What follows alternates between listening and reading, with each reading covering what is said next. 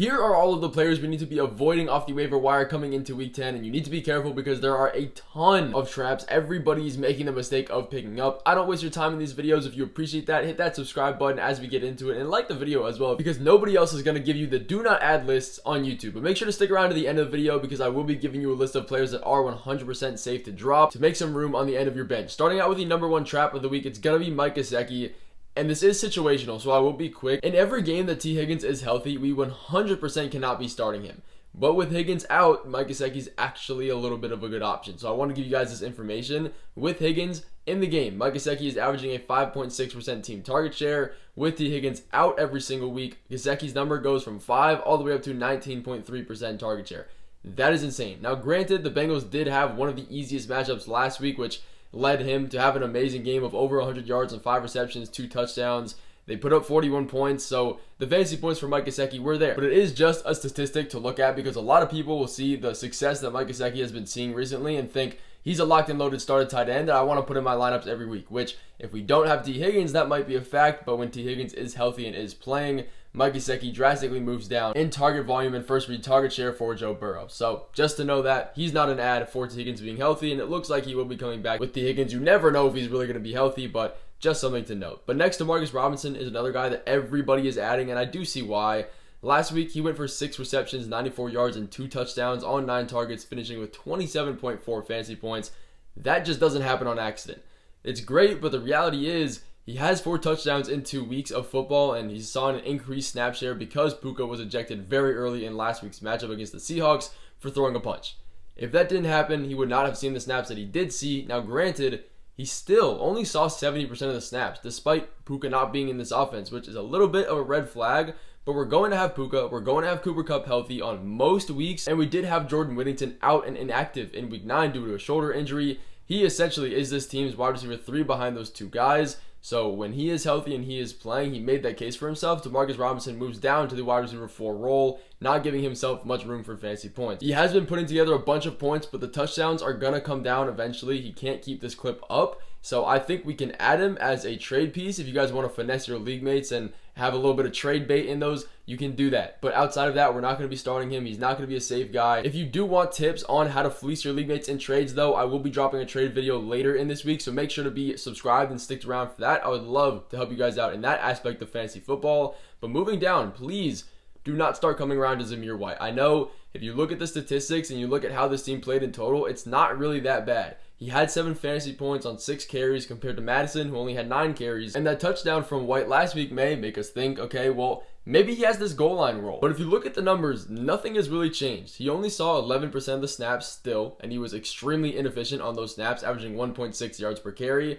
He really hasn't been great all year. He's only had 1 game where he's had over 3.5 yards per carry, and he really doesn't run any routes out of the backfield to get usage in the receiving game that could keep him viable. And the Raiders do have their bye week coming, so maybe something changes in this backfield over the bye that gives him a little bit more work. But from what we're seeing right now, this is a 3 running back bye committee with Abdullah, with Alexander Madison, with Zamir White. As long as that continues, none of these guys are really going to be viable. Even if this goal line role is 100% Zamir White's, I don't know if I trust this offense enough to get in that red zone enough times a game for that to actually pay off. So Zamir White can stay on the waiver wire. I would drop him if you have him in your league. He's 100% safe to leave out there. I've also seen a ton of people build hype for Amari DeMarcado, and I can see why we're doing that. Because the narrative is that James Conner does not stay healthy. And if you look at the statistical numbers, that's kind of a fact. James Conner really has never had a healthy season, so you might think he's a good ad. If you look at last week, DeMarcado finished with 4 carries for 59 yards and a touchdown, and a good number of routes run out of the backfield as well, giving him a little bit of receiving upside. That led him in week 9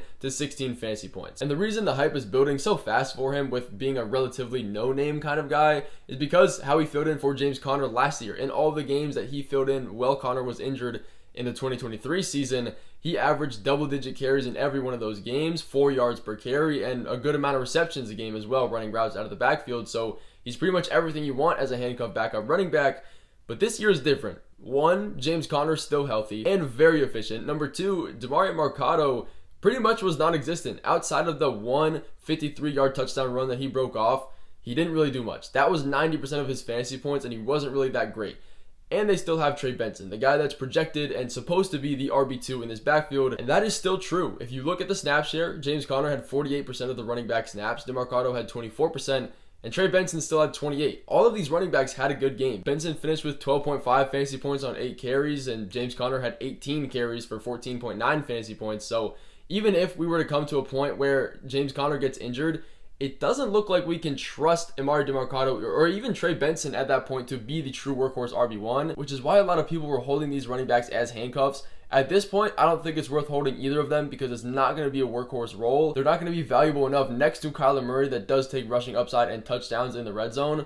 I don't really think there's a valuable handcuff in this backfield, so I would not be adding Emari DeMarcado for that fact. But another wide receiver earning a bunch of hype is Nick Westbrook-Ikhine. He has been on a tear, averaging 10 fantasy points a game since their bye week in week 5 of the Titans.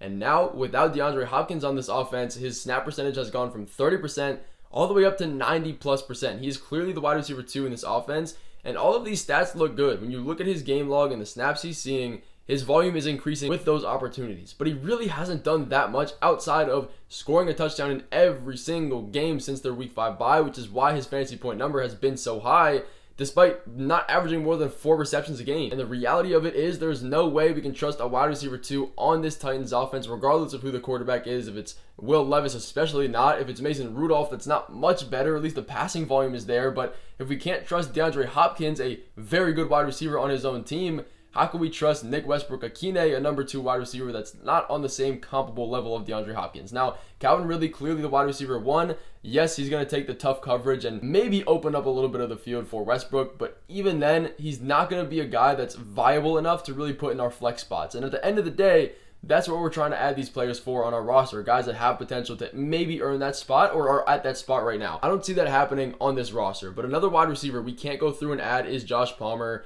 If you've seen the waiver wire video that I dropped yesterday, you already know a lot about this Chargers offense, but for those that didn't or just want more information on it, I'll point you in this direction. Josh Palmer is not a guy we want, despite Justin Herbert in this Chargers offense flipping pretty much 180. Herbert has had 32 or more pass attempts in the last 3 out of 4 games. They've gone from being the literal lowest team in pass volume and efficiency, number 32 in the league, to about average now. And from 0 to 16, that'll give you some upside, and it will allow this team to have one fantasy viable player to maybe a fringe 2 or 3. But I just don't see this pass volume in general staying this high to make Josh Palmer a guy we want to add. Ever since their bye week, it looks like they've changed their offensive philosophy, but I can't trust it enough. Knowing Jim Harbaugh and knowing this offense is how it's been this entire year, Josh Palmer is really only playing 70% of the snaps on average. We still have Ladd McConkey, the number 1 slot wide receiver that's going to get a majority of these targets. Then we have Quentin Johnson on the other side with a very good vertical threat that's going to get a lot of deep balls, take the top off this offense.